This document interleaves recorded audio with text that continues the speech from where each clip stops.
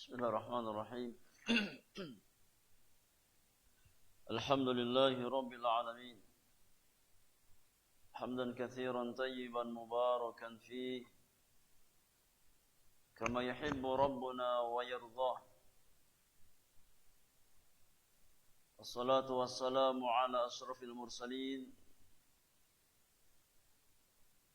Al-mab'uthi rahmatan lil alamin.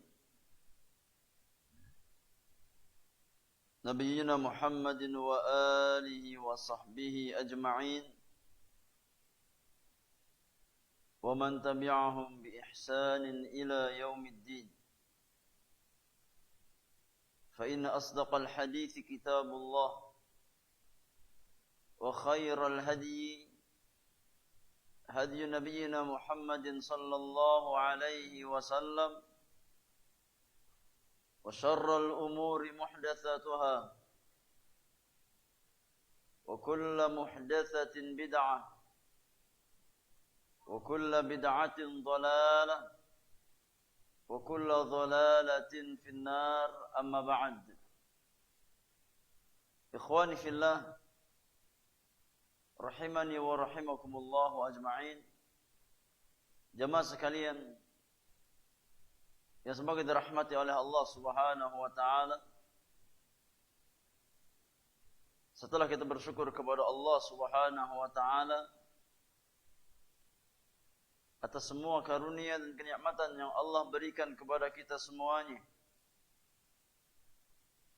dan juga bersalawat kepada Rasulullah sallallahu alaihi wasallam,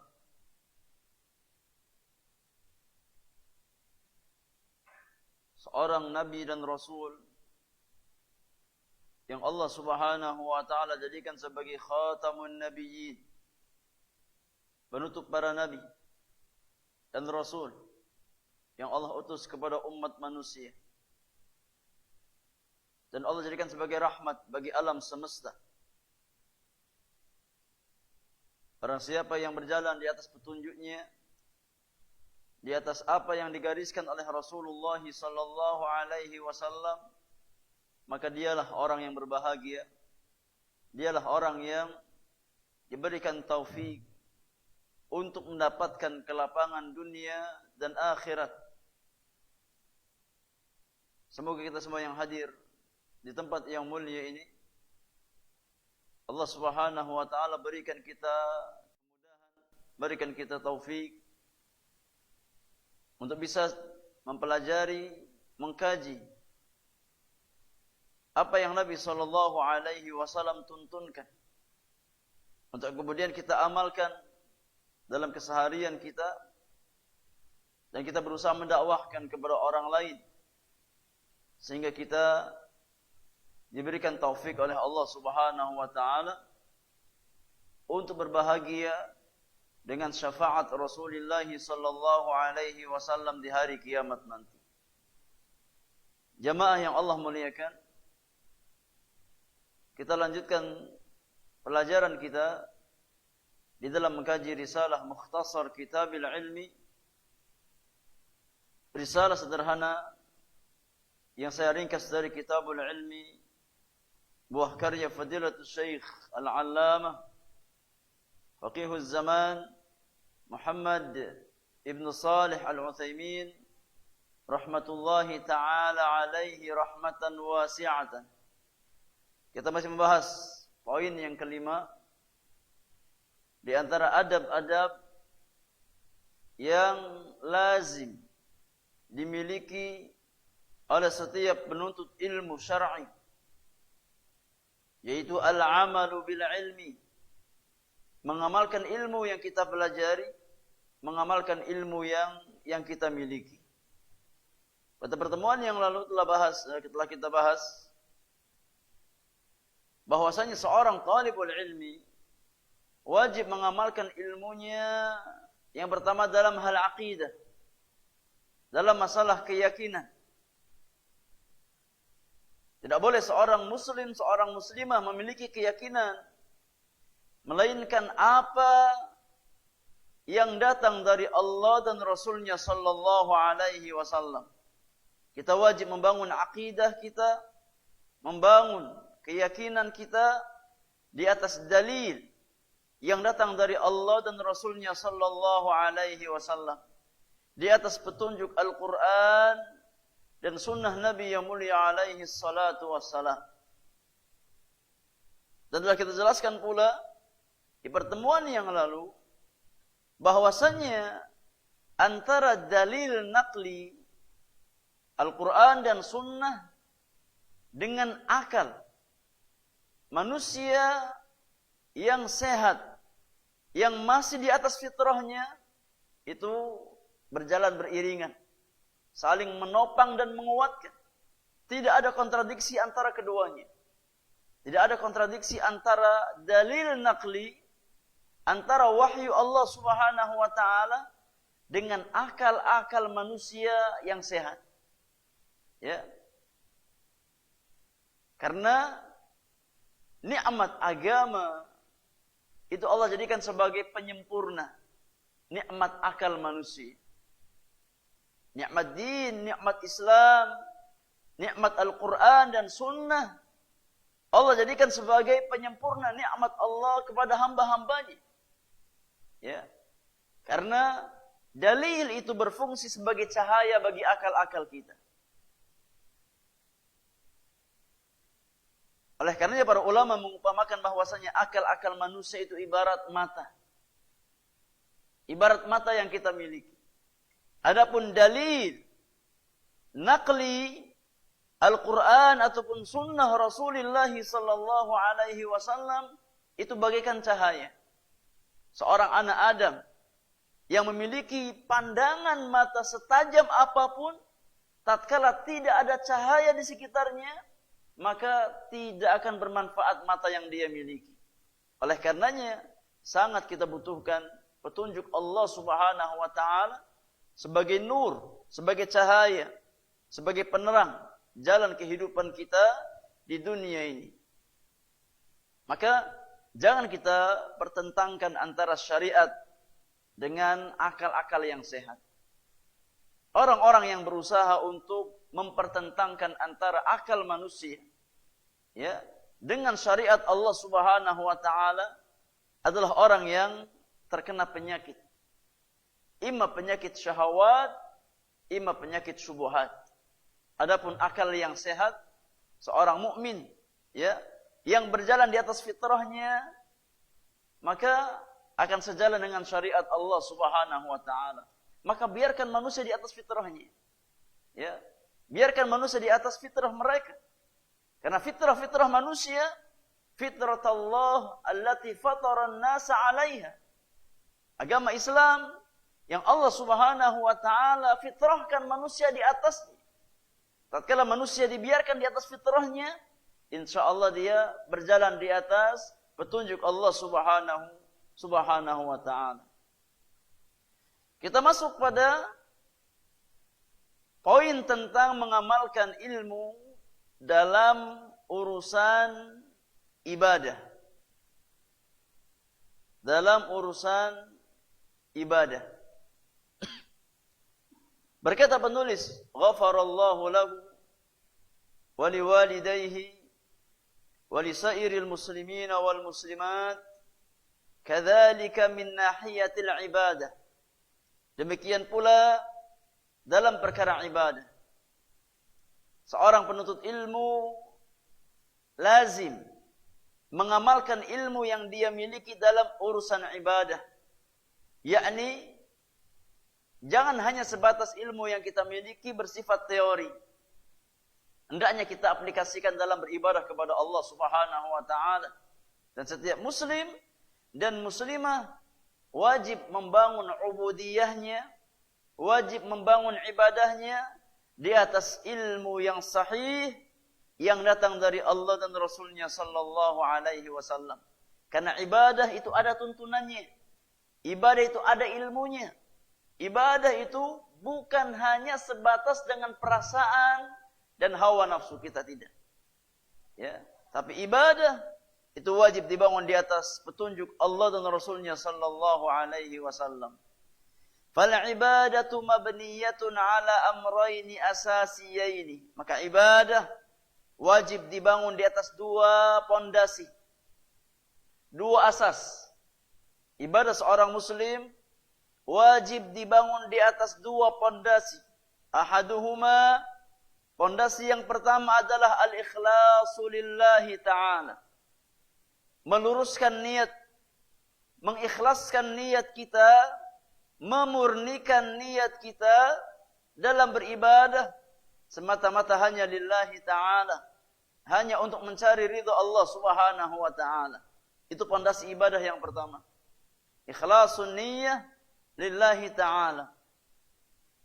Wathani, adapun pondasi yang kedua di antara pondasi ibadah adalah al-mutaba'atu lirrasuli sallallahu alaihi wasallam. Mutaba'ah, mencontoh, mengikuti, meneladani kaifiyat atau tata cara yang datang dari Nabi sallallahu alaihi wasallam. Ini dua syarat sahnya amal ibadah. Yang kalau seandainya satu di antara dua pondasi tersebut hilang dari ibadah seorang hamba, maka ibadahnya tidak akan bernilai pahala di hadapan Allah Subhanahu wa taala. Ya. Seorang hamba yang dia punya ikhlas dalam ibadahnya, niatnya baik, niatnya ikhlas semata-mata ingin mencari ridha Allah Subhanahu wa taala. Namun kaifiyat ibadahnya, tata cara ibadahnya dia buat sendiri, tidak mencontoh apa yang datang dari Nabi sallallahu alaihi wasallam, maka tidak akan sampai kepada Allah Subhanahu wa taala. Tidak akan bernilai pahala di hadapan Allah Subhanahu wa taala. Sebaliknya, ada orang yang kaifiyatnya, tata cara ibadahnya sesuai dengan sunnah Nabi sallallahu alaihi wasallam. Dari awal sampai akhir sesuai dengan apa yang dituntunkan Rasulullah sallallahu alaihi wasallam. Ya, salatnya Masya Allah, ikhlas sesuai dengan tuntunan Nabi sallallahu alaihi wasallam. Puasanya juga demikian. Ya. Namun niatnya bukan lillahi ta'ala. Niatnya bukan karena Allah Subhanahu wa ta'ala. Maka ibadah yang zahirnya sebaik apapun, kalau seandainya dibangun di atas niat yang tidak lurus karena Allah Subhanahu wa ta'ala, maka tidak akan bernilai kebaikan dan pahala di hadapan Allah Subhanahu wa ta'ala. Makanya ikhlas dan mutaba'ah ini ikhwan, berjalan beriringan. Tidak bisa terpisahkan selama-lamanya. Ikhlas dan mutaba'ah tidak boleh dipisahkan dari ibadah seorang muslim selama-lamanya. Fayabnil insanu ibadatahu ala ma jaa'a 'anillahi wa rasulihi. Kewajiban seorang anak manusia, seorang hamba adalah beribadah kepada Allah Subhanahu wa taala, menjalankan kewajiban kita untuk beribadah kepada Allah Subhanahu wa taala sesuai dengan apa yang datang dari Allah dan Rasul-Nya. Ini kewajiban kita. Kewajiban kita sebagai seorang hamba Allah adalah beribadah kepada Allah Subhanahu wa taala. Ya. Karena itu hak Allah Subhanahu wa taala atas kita semuanya. Ya. Kita beribadah semata-mata hanya karena Allah Subhanahu wa taala, sesuai dengan apa yang datang dari Allah dan Rasulnya sallallahu alaihi wasallam. La yabtadi'u fi dinillahi ma laysa minhu.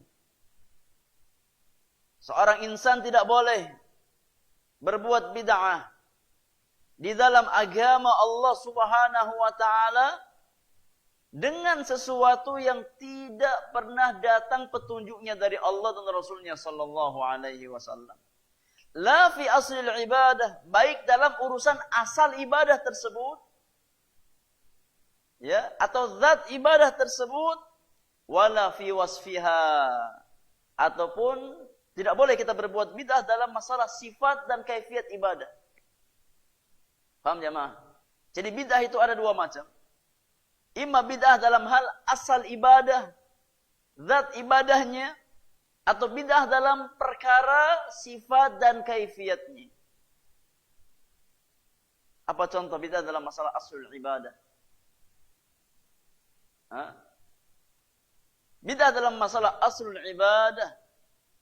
Jadi tatkala seseorang menjadikan amalan tertentu yang tidak ada contohnya, dia yakini sebagai amalan yang mendekatkan dia kepada Allah Subhanahu wa taala. Apa contohnya jemaah?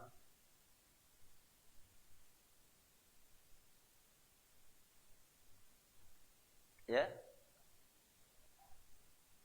Nah, itu masuk poin yang kedua. Sifat dan kaifiatnya. Ya, karena salat subuh ada asalnya apa tidak? Ada asalnya. Ya. Tapi ini amalan gak ada asalnya. Gak ada petunjuknya, gak ada tuntunannya. Ya. Contoh, orang dari luar Cibubur Mansion, dia masuk mansion, dia masuk gerbang, kemudian setelah masuk gerbang salat 2 rakaat. Ya. Ditanya salat apa, Pak? Salat tahiyat mansion. Nah, ini bid'ah. Gak ada syariat orang masuk gerbang mansion kemudian salat 2 rakaat. Yang ada syariatnya apa? Masuk apa? Masuk masjid. Adapun masuk gerbang mansion maka gak ada syariat kita salat 2 rakaat. Ya. Atau ini amal yang lain. Amalan yang lainnya yang tidak ada tuntunannya dari Nabi sallallahu alaihi wasallam. Adapun bid'ah dalam masalah sifat ibadah maka sangat-sangat banyak. Sangat banyak. Tadi contohnya ada orang salat subuh 3 rakaat. Ya. Kita katakan secara asal salat subuh ada dalilnya apa tidak? Ada dalilnya. Ya. Namun tatkala dia menjadikan salat subuh 3 rakaat, maka ini bid'ah dalam hal kaifiyah. Dalam hal sifat dan tata cara pelaksanaan. Kenapa? Karena Nabi SAW menjelaskan bahwasannya kewajiban salat subuh berapa rakaat jemaah? Berapa? 2 rakaat. Ya, 2 rakaat. Maka tatkala seseorang salat subuh, meskipun niatnya baik, Pak Ustaz, saya ini dulu waktu muda sering lalai salat. Ya, makanya setelah saya tobat saya ingin banyak amal. Ya. Saya ingin banyak pahala. Oleh karenanya kalau seandainya orang-orang salat 2 rakaat, saya pengen pahalanya lebih, saya salat 3 rakaat. Biar dapat pahala lebih. Kita katakan justru kalau Anda seperti itu maka salat subuh Anda tidak berpahala di hadapan Allah Subhanahu wa taala. Karena salat subuh itu kaifiyatnya sudah dicontohkan secara langsung oleh Nabi sallallahu alaihi wasallam. Atau ada orang tawaf, ya. Orang tawaf. Ya. Iya, tawaf umrah. Tawaf itu dimulai dari mana jemaah? Kalau kita tawaf, dari mana awal kita tawaf?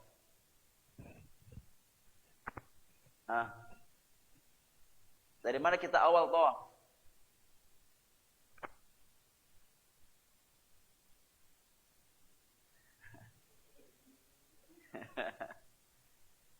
Dari mana kita awal tawaf? Antum kalau umrah tawafnya di mana? Dari mana awal kita tawaf? Dari Hajar Aswad jemaah. Dari Hajar Aswad sampai ke Hajar Aswad 1 putaran. Ya, tawaf umrah atau tawaf ya secara umum itu berapa? Ini berapa putaran, berapa kali? Berapa? 7 putaran. Ya. Kemudian ada orang yang tawafnya 10 putaran. Ya. Dengan niatan yang baik ingin dapat pahala, kita katakan nggak bisa seperti itu. Karena kaifiyat tawaf itu sudah baku. Ya. Dicontohkan oleh Nabi sallallahu alaihi wasallam bahwasanya tawaf itu dilakukan dengan 7 putaran. Ya. Atau dia tawafnya dari Maqam Ibrahim. Yang harusnya dari Hajar Aswad agak maju ke depan dari Maqam Ibrahim. Dari Maqam Ibrahim dia mulai tawaf, ya. Kemudian selesai di Maqam Ibrahim. Kita katakan ini bid'ah secara kaifiyah. Naam, ibadah tawaf ada asalnya. Namun tatkala seseorang melaksanakan ibadah tersebut dengan kaifiyat dia sendiri yang tidak datang contohnya dari Nabi Shallallahu Alaihi Wasallam, maka ini bid'ah. Ya, dalam hal kaifiyat dan tata cara. Ya, bid'ah dalam hal kaifiyah dan tata cara.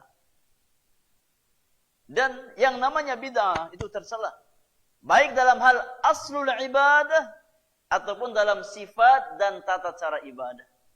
Kewajiban kita beribadah kepada Allah ikhlas karena Allah dan mengikuti petunjuk dan tata cara yang datang dari Nabi Sallallahu Alaihi Wasallam. Ya. Walihada naqul, oleh karenanya kita katakan, kata penulis, la budda fil ibadah an takuna thabitatan bisyar'i. Yang namanya ibadah itu harus datang ketetapannya dari syariat Allah Subhanahu wa taala dalam 4 perkara. Ya. Yang namanya ibadah harus datang ketetapannya secara syar'i dalam 4 perkara. Yang pertama fi hayatiha, dari sisi kaifiyat dan tata caranya. Ya. Tatkala Islam telah menentukan kaifiyat tertentu untuk ibadah tertentu, kewajiban kita apa? Kewajiban kita sami'na wa ata'na. Kami dengar dan kami taati. Jalankan sesuai apa yang datang dari Allah dan Rasulnya Sallallahu Alaihi Wasallam. Jangan buat kaifiyat sendiri. Jangan buat tata cara sendiri. Beribadahlah kepada Allah Subhanahu Wa Taala sesuai dengan apa yang dituntunkan oleh Allah dan Rasulnya Sallallahu Alaihi Wasallam. Ya. Karena kewajiban kita atau posisi kita di hadapan Rasulullah Sallallahu Alaihi Wasallam itu sebagai makmum. Ya, posisi semua kaum mukminin, semua kaum muslimin, tatkala mereka dihadapkan dengan Nabi Sallallahu Alaihi Wasallam, maka posisi kita sebagai makmum. Yang namanya makmum kewajibannya apa jemaah? Ikut apa? Ikut imam. Ya, mencontoh imam. Gak boleh kita menyelisihi imam. Dan semua kaum muslimin, semua kaum muslimat di dunia, tatkala dihadapkan dengan sunnah Rasulullah Sallallahu Alaihi Wasallam, maka posisikan kita sebagai makmum yang mencontoh setiap apa yang dicontohkan oleh imam kita, dan tidak ada imam yang wajib diikuti secara mutlak kecuali Muhammad bin Abdullah salawatullahi wassalamuhu alaihi. Maka posisikan diri kita sebagai makmum dalam beribadah kepada Allah Subhanahu wa taala. Ikuti kaifiyat dan tata cara yang datang dari Nabi sallallahu alaihi wasallam. Jadi yang pertama secara hay'ah atau kaifiyah ibadah, tata cara ibadah, maka harus datang ketetapannya dari syariat Allah Subhanahu wa taala. Ikuti apa yang datang dari Allah dan Rasulnya sallallahu alaihi wasallam. Yang kedua, wa fi makaniha, dari sisi tempat. Kalau seandainya ya, agama sudah menetapkan tempat tertentu untuk ibadah tertentu, maka kewajiban kita adalah sami'na wa ata'na. Beribadah di tempat yang memang sudah ditetapkan oleh Allah dan Rasulnya. Ya. Allah menetapkan bahwasanya kita tawaf itu tempatnya di mana? Tempatnya di Ka'bah, di sekitar Ka'bah. Ya. Allah menetapkan yang namanya sa'i itu di mana? Antara Safa dan Marwah. Allah menetapkan bahwasannya wukuf itu di mana? Di Arafah. Allah menetapkan bahwasannya mabit itu di Muzdalifah. Ya. Maka jangan kita mencari tempat yang lain. Ya. Aduh, Ka'bahnya penuh Ustaz. Nama tawafnya di Tower Zam-Zam aja. Ya, enggak bisa. Enggak bisa. Yang namanya apa? Hay'ah atau tempat yang memang sudah ditetapkan oleh Allah dan Rasulnya, kewajiban kita adalah mengikuti ketetapan syariat. Ya, enggak boleh kita cari tempat yang lain. Kalau memang sudah dibakukan oleh syariat tempat tersebut. Ya. Tawaf jadi di Ka'bah. Yang namanya sa'i di antara Safa dan Marwah. Ya, jangan cari tempat yang lain, tapi kan penuh Pak Ustaz. Ya, Karena apa, di samping aja, yang agak luang, yang agak lowong. Enggak bisa. Ya, kita wajib beribadah kepada Allah Subhanahu wa taala sesuai dengan apa yang datang dari Allah dan Rasulnya sallallahu alaihi wasallam. Kemudian yang ketiga, wa fi zamaniha. Kita wajib beribadah kepada Allah Subhanahu wa taala ya, sesuai dengan zaman, waktu atau masa yang telah ditentukan oleh Allah dan Rasulnya sallallahu alaihi wasallam. Ya. Yang namanya puasa Ramadan, itu kapan waktunya jemaah? Waktunya kapan? Ya bulan Ramadan. Ya, maka jangan diganti dengan waktu yang lain. Ramadan ini saya sibuk Pak Ustaz, banyak kerjaan. Saya takdim aja puasanya di bulan Sya'ban agar Ramadan apa? Free. Enggak ada beban puasa. Enggak bisa. Yang namanya apa? Puasa Ramadan itu waktunya sudah ditetapkan oleh Allah di bulan Ramadan. Ya. Maka jangan diganti dengan waktu yang lainnya kecuali jika memang ada keterangan dalil dari Allah dan Rasulnya sallallahu alaihi wasallam. Ya. Kemudian yang keempat jamaah yang Allah muliakan, wa fi sababiha. Kita wajib beribadah sesuai dengan ketentuan syariat dari sisi sebab ibadah tersebut. Dari sisi sebab ibadah tersebut. Apa contoh sebab ibadah? Contoh, ya. Kita salat subuh, apa sebabnya jemaah? Kita salat subuh, apa sebabnya? Hah?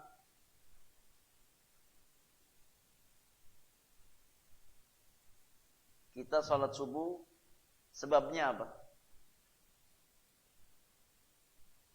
Karena masuk fajar shadiq.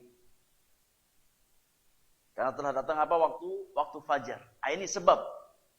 Masuknya waktu fajar itu dijadikan sebab oleh syariat untuk melaksanakan kewajiban sholat subuh. Faham? Itu sebab ibadah namanya. Ya, itu namanya sebab ibadah. Masuk atau datangnya fajar shadiq, Allah jadikan sebagai sebab untuk kewajiban melaksanakan sholat subuh. Sholat zuhur. Apa sebabnya jemaah? Sholat zuhur apa sebabnya? Hah? Tergelincirnya matahari ke arah barat atau waktu zawal, zawalus syams. Itu sebab ya, kewajiban sholat zuhur, zawalus syams, tergelincirnya matahari. Allah jadikan sebagai sebab ya untuk melaksanakan kewajiban sholat zuhur. Sholat maghrib, apa sebabnya jemaah? Terbenamnya matahari, ghurubus syams, terbenamnya matahari itu Allah jadikan sebagai sebab untuk melaksanakan kewajiban sholat maghrib. Nah, sebab-sebab seperti ini harus ikut ketentuan syariat. Gak boleh kita bikin sebab sendiri.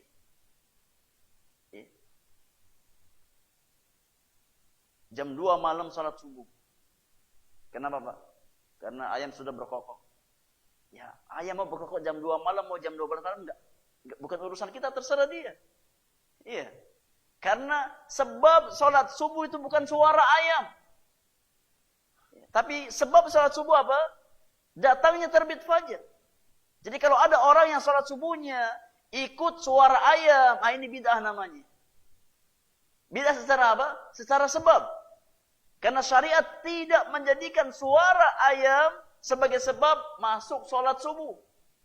Syariat menjadikan apa? Sebab sholat subuh itu terbit fajar shadiq. Iya. Atau salat zuhur Pak, salat zuhur kok jam 10, ya sudah lapar. Itu lapar urusan antum. Enggak boleh kita jadikan kita lapar, kita apa? Wajib salat zuhur, enggak ada ketentuan seperti itu. Ya, enggak ada sebab orang apa salat zuhur karena perutnya lapar. Ya.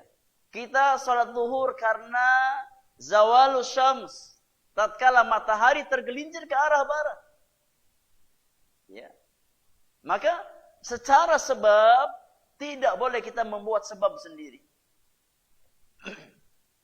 Kita harus ikut ketentuan syariat. Syariat solat gerhana bulan, apa sebabnya jamaah?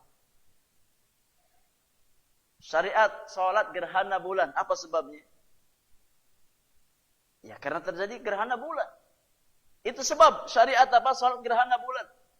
Sebab apa solat gerhana matahari, apa sebabnya? Terjadi gerhana matahari. Itu namanya sebab apa? Ibadah. Ya.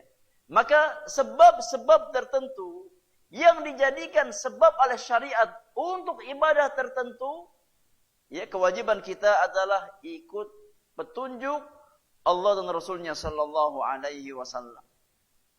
Ya. Salat tahiyatul masjid. Apa sebabnya? Karena kita masuk masjid. Ya, itu sebab dari ibadah tertentu. Nah, kata penulis, la budda an takuna thabitatan bi syar'i fi hadhihi al-umuri kulliha. Maka perkara-perkara di atas, 4 hal di atas. Yang pertama apa? Hay'ah, tata cara. Yang kedua, makan, tempat. Yang ketiga, zaman atau masa atau waktu. Yang keempat, sebab. Ya. 4 perkara ini harus datang keterangannya dari syariat Allah Subhanahu wa taala. Enggak boleh kita buat hay'ah sendiri. Ya, enggak boleh kita tentukan tempat sendiri. Enggak boleh kita tentukan waktu sendiri dan tidak boleh kita menetapkan sebab sendiri. Ya. Akan tapi harus apa? Ikut petunjuk yang datang dari Allah dan Rasulnya sallallahu alaihi wasallam.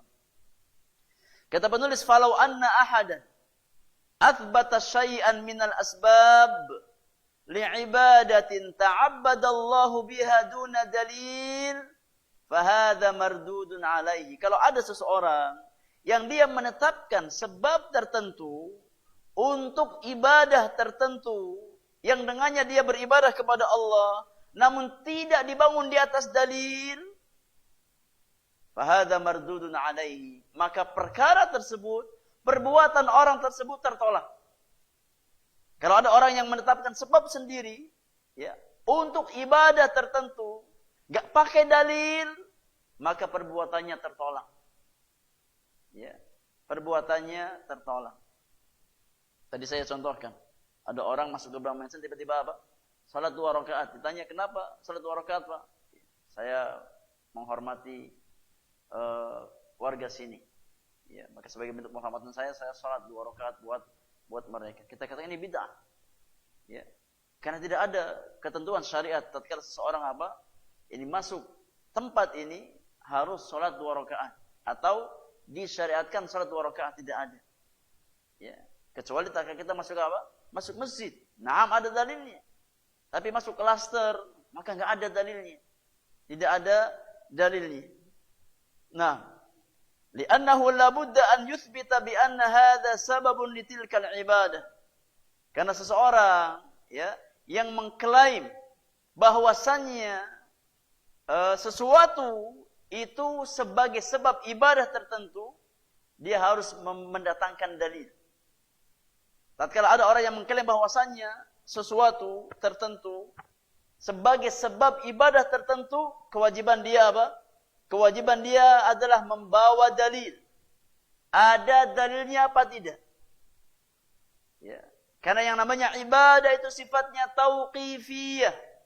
Apa itu tauqifiyah? Yani terhenti sebatas dalil yang ada. Kalau ada dalilnya kita kerjakan, kita amalkan. Kalau enggak ada ya jangan kita amalkan. Wa illa falaysa bimaqbulin minhu. Kalau dia enggak bisa bawakan dalil, maka ucapannya tidak bisa diterima. Klaimnya tidak bisa diterima. Walau anna ahadan syara'a syai'an minal ibadat lam ya'ti bihi syara'u. Kalau seandainya ada seseorang yang mensyariatkan ibadah tertentu yang tidak ada keterangannya dari syariat. Tidak ada keterangan dalilnya dari syariat Allah Subhanahu wa taala. Au ata bi syai'in warada bihi syar'u lakin ala hay'atin ibtada'aha au fi zamanin ibtada'ahu fahadhihi mardudatun alaihi. Atau kemungkinan kedua, ya, dia beribadah, mengamalkan ibadah tertentu yang datang keterangan dalilnya secara umum dari syariat, akan tetapi ya dia kerjakan dengan kaifiyat yang sifatnya bid'ah, dengan tata cara sendiri yang tidak ada tuntunannya dari Allah dan Rasulnya Sallallahu Alaihi Wasallam. Atau ibadah tersebut yang secara asal ada dalilnya, tapi dia kerjakan di waktu yang tidak sesuai dengan ketetapan Allah dan Rasulnya Sallallahu Alaihi Wasallam. Puasa Ramadan di bulan Syawal, gak ada uzur. Ya, saya Ramadan sibuk, saya pending dulu Ramadan ini gak puasa, nanti saya puasa di bulan Syawal insyaallah taala. Ya. Puasa Ramadan secara asal ada dalilnya apa tidak? Ada dalilnya jelas, Al-Quran dan Sunnah sangat banyak. Namun tatkala seseorang mengerjakan puasa Ramadan di waktu yang lain selain bulan Ramadan, tanpa ada uzur yang syar'i, maka perbuatan tersebut tertolak, tidak akan bernilai pahala di hadapan Allah Subhanahu wa taala. Meskipun yang dilakukan persis seperti puasa Ramadan. Ya. Akan tapi tatkala ibadah tersebut dikerjakan dengan kaifiyat yang bid'ah atau waktu yang bid'ah, maka akan tertolak dan tidak bernilai pahala di hadapan Allah Subhanahu wa taala. Kecuali memang kalau seseorang ada uzur yang syar'i. Ya, seseorang sakit, contohnya di bulan Ramadan, akhirnya dia enggak bisa puasa Ramadan. Dia mengqadha di Syawal, maka enggak ada masalah. Boleh. Ya, atau di bulan yang lainnya. Atau karena dia safar, dia enggak puasa, maka dia kerjakan di bulan Syawal atau bulan yang lain, maka tidak mengapa. Tapi kalau tidak ada uzur sama sekali, dia hanya ingin puasa Ramadan diakhirkan ke Syawal tanpa ada uzur yang syar'i, maka ini perkara yang bid'ah sifatnya. Li'annahu la budda an takuna al-ibadatu mabniyatan ala ma jabihi syar'u. Karena ibadah itu wajib dibangun di atas apa yang datang dari syariat Allah Subhanahu wa taala. Jadi jamaah yang Allah muliakan, ya. Yang namanya ibadah itu sifatnya tauqifiyah. Sifatnya tauqifiyah. Terhenti sesuai dengan dalil yang ada. Ada dalil kita ikuti, enggak ada yang usah diamalkan. Ya, itu indahnya Islam. Ringan Islam itu. Ada dalil kita kerjakan, kita amalkan, enggak ada, ya jangan kita amalkan. Lianna hadha huwa muqtadha ma 'allamaka Allah Ta'ala minal ilmi. Karena beribadah di atas ilmu, di atas dalil, itulah konsekuensi dari ilmu yang Allah ajarkan kepada kita. Itulah buah dari ilmu yang Allah ajarkan kepada kita. Alla tata'abbada lillah illa bima syara'. Tidak boleh kita beribadah kepada Allah Subhanahu wa taala kecuali dengan apa yang telah Allah syariatkan. Walihada qala al-ulama innal asla fil ibadatil hadar hatta yaquma dalilun ala masyru'iyyatiha. Oleh karenanya para ulama bersepakat, ya, menjelaskan satu kaidah yang sangat agung di antara prinsip beribadah seorang muslim. Apa kaidah tersebut? Kaidah yang disepakati oleh para ulama dalam masalah ibadah, bahwasanya hukum asal sebuah peribadatan itu terlarang. Ini kaidah jamaah yang Allah muliakan. Hukum asal sebuah ibadah itu terlarang. Gak boleh kita mengerjakan ibadah tertentu, amalan tertentu, ya, yang kita niatkan untuk ibadah kepada Allah Subhanahu wa taala sampai datang dalil yang menjelaskan bahwasannya amalan tersebut memang disyariatkan. Paham jamaah? Jadi hukum asal ibadah itu terlarang. Gak boleh kita buat ibadah. Ya. Sampai datang dalil yang menjelaskan bahwasannya amalan tersebut disyariatkan. Kalau nggak ada keterangan dalilnya, maka jangan diyakini sebagai sebuah ibadah. Ya, nggak boleh kita yakini sebagai sebuah ibadah. Kalau ada dalilnya, na'am, kita yakini sebagai ibadah dan kita amalkan. Maka hukum asal beribadah atau hukum asal ibadah tertentu itu terlarang. Ini kaidah para ulama. Sampai datang dalil yang menjelaskan bahwasannya amalan tersebut memang disyariatkan. Dari mana kita tahu? Dari dalil Al-Quran dan sunnah Rasulullah sallallahu alaihi wasallam dan penjelasan para ulama kita. Ya, maka dalam urusan agama, ya, jangan kita berinovasi dalam amalan-amalan yang memang sifatnya sudah baku, datang ketetapannya dari Allah dan Rasulnya sallallahu alaihi wasallam. Gak usah kita inovasi agama, ya, ibadah. Kalau antum punya kecerdasan yang mau inovasi dalam perkara dunia, silahkan. Karena hukum asal perkara dunia itu mubah, silahkan. Ya. Ya, antum pengen jualan bakso. Ya, orang punya bakso mercon, antum bikin bakso nuklir. Boleh apa tidak? Enggak ada masalah. Karena bakso perkara dunia. Ya. Biar lebih suaranya lebih menggelegar. Ya, kalau orang punya bakso mercon, kita punya bakso nuklir. Ya, tafadhol, enggak ada masalah. Tapi dalam urusan agama, dalam urusan ibadah, maka tidak ada inovasi. Kewajiban kita sami'na wa ata'na. Dalam urusan ibadah, dalam urusan agama, kewajiban kita adalah berittiba', mengikuti apa yang datang dari Nabi sallallahu alaihi wasallam.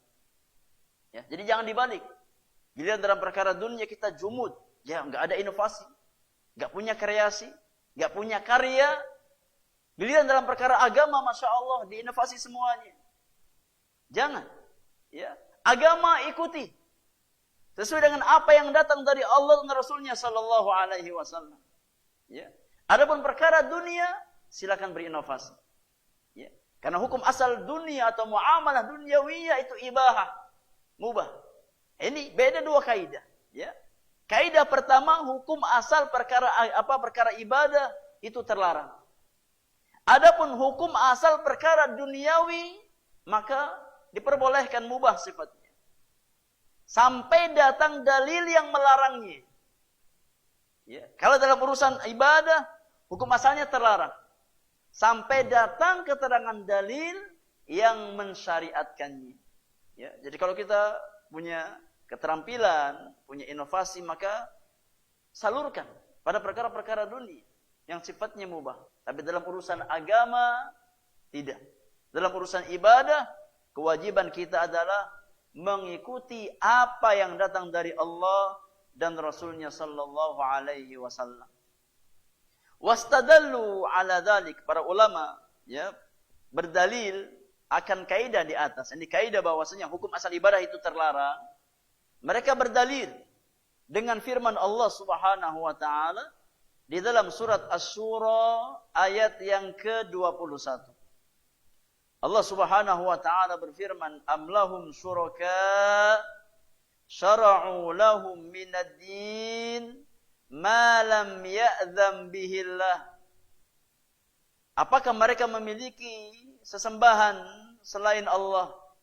Apakah mereka memiliki pembuat syariat selain Allah Subhanahu wa taala yang menetapkan aturan agama bagi mereka yang tidak diizinkan oleh Allah Subhanahu wa taala? Ini kenapa mereka berbuat bid'ah dalam perkara agama?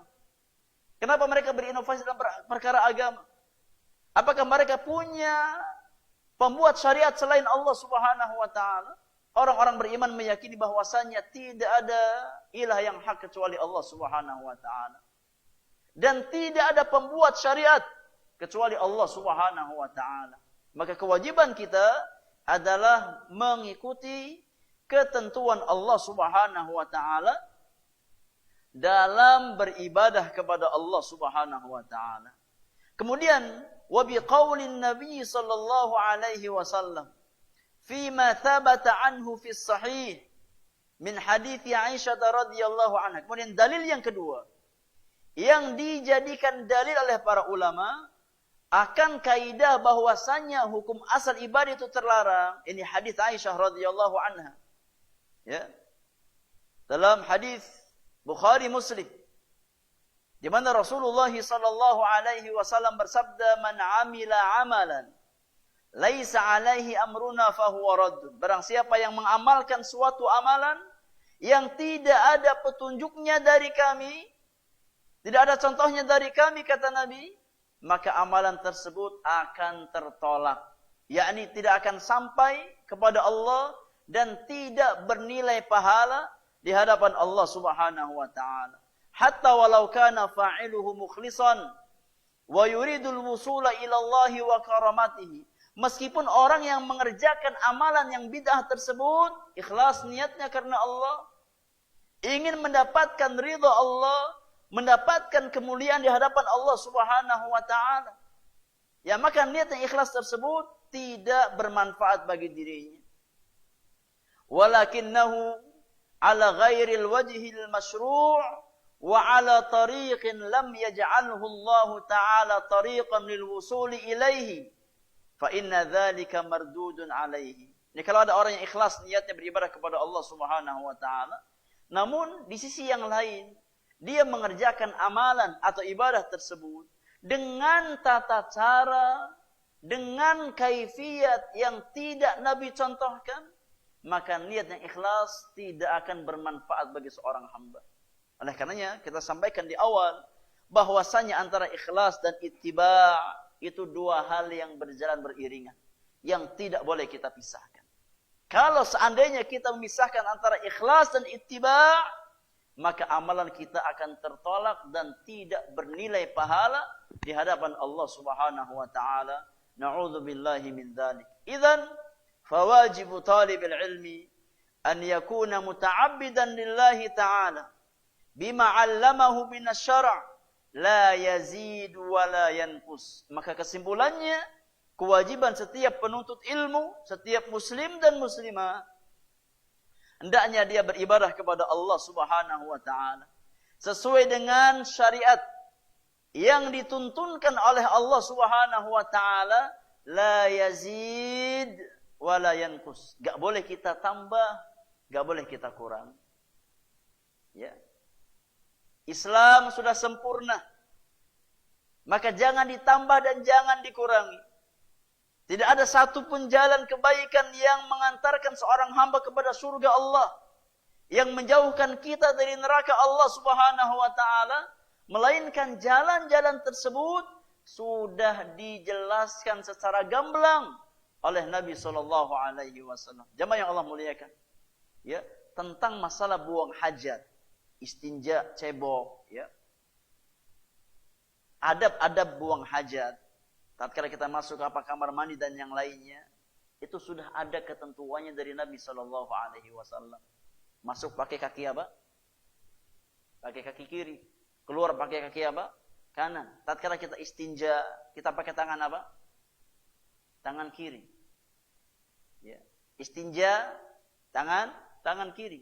Ini adab-adab buang hajat dijelaskan secara gamblang oleh syariat. Kalau seandainya perkara-perkara seperti itu Allah jelaskan, ya, melalui sunnah Rasulnya sallallahu alaihi wasallam, akankah perkara ibadah, ya, Nabi tidak jelaskan secara gamblang? Maka kewajiban kita adalah bermakmum di belakang imam kita semuanya, yakni Rasulullah sallallahu alaihi wasallam. Tidak ada atau tidak tersisa sedikit pun jalan kebaikan yang bisa mengantarkan seorang hamba ke surga Allah Subhanahu wa taala sudah dijelaskan oleh Rasulullah sallallahu alaihi wasallam.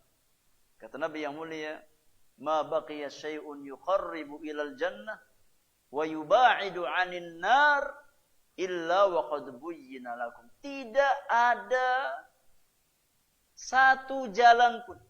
Tidak tersisa sedikit pun. Di antara jalan-jalan yang mendekatkan kalian ke surga, menjauhkan kalian dari neraka, melainkan jalan-jalan tersebut sudah dijelaskan kepada kalian. Dan Allah Subhanahu wa taala mempersaksikan kebenaran Nabi-Nya sallallahu alaihi wasallam tatkala Allah berfirman, "Al-yauma akmaltu lakum dinakum wa atmamtu 'alaikum ni'mati wa raditu lakumul Islam madinah." Maka syariat sudah sempurna, Islam sudah sempurna. Kewajiban kita ittiba, mengikuti apa yang datang dari Allah dan Rasul-Nya sallallahu alaihi wasallam, ya, dan jangan menambah dan jangan mengurangi. Itu kewajiban seorang muslim dari sisi ibadah.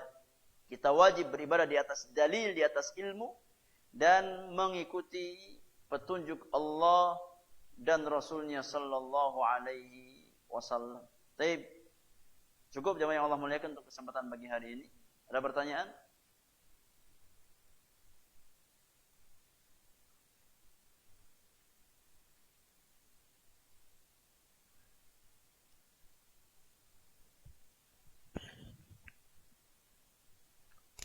Fadhal.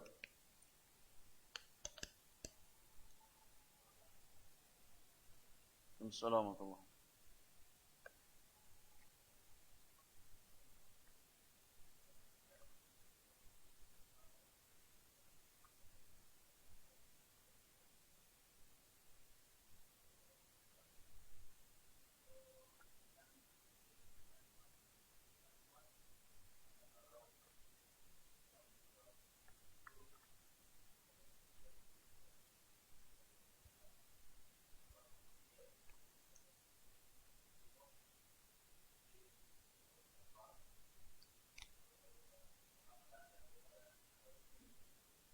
Nah.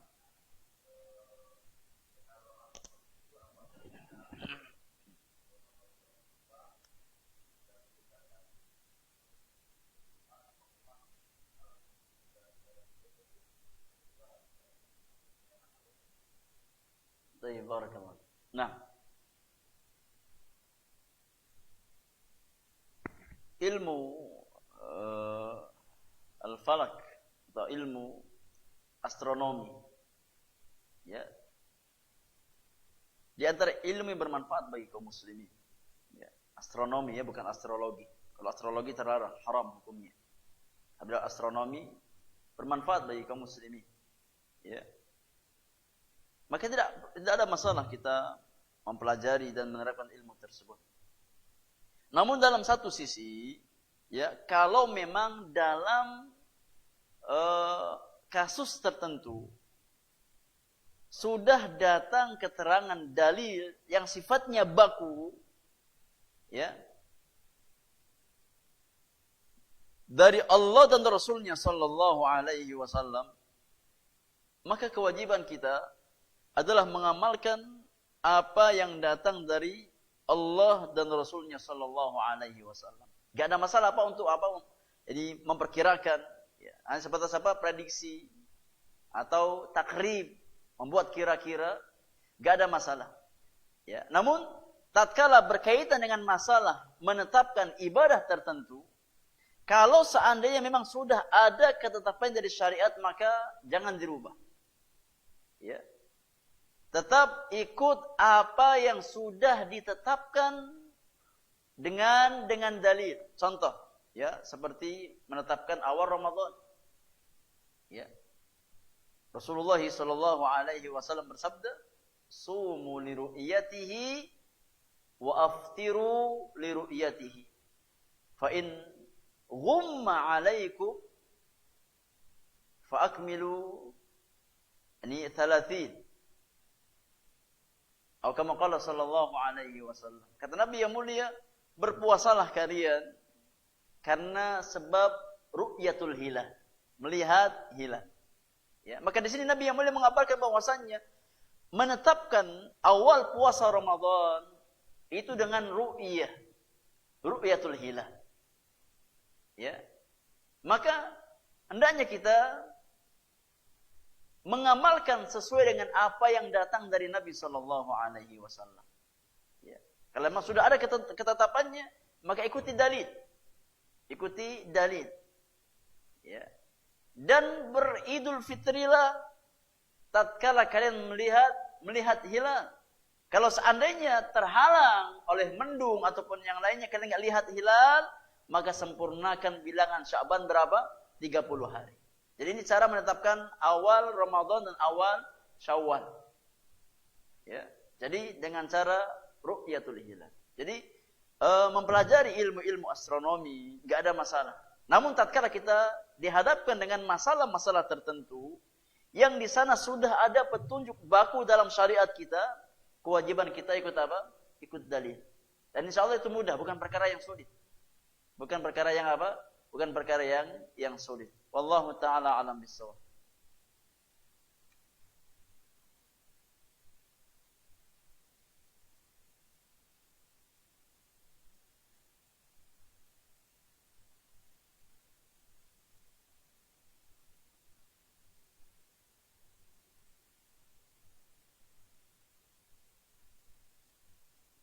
Baik, cukup ya untuk hari ini. Semoga berfaedah untuk kita semuanya. Apa-apa yang hak semata-mata taufik dari Allah Subhanahu wa taala. Yang salah dan kurang karena kesalahan dan kekurangan ilmu saya miliki. Wassallallahu ala nabiyyina Muhammadin wa alihi wa sahbihi ajma'in. Wa akhiru da'wana alhamdulillahi rabbil alamin. Subhanakallahumma wa bihamdika asyhadu an la ilaha illa anta astaghfiruka wa atubu ilaik. Assalamualaikum warahmatullahi wabarakatuh.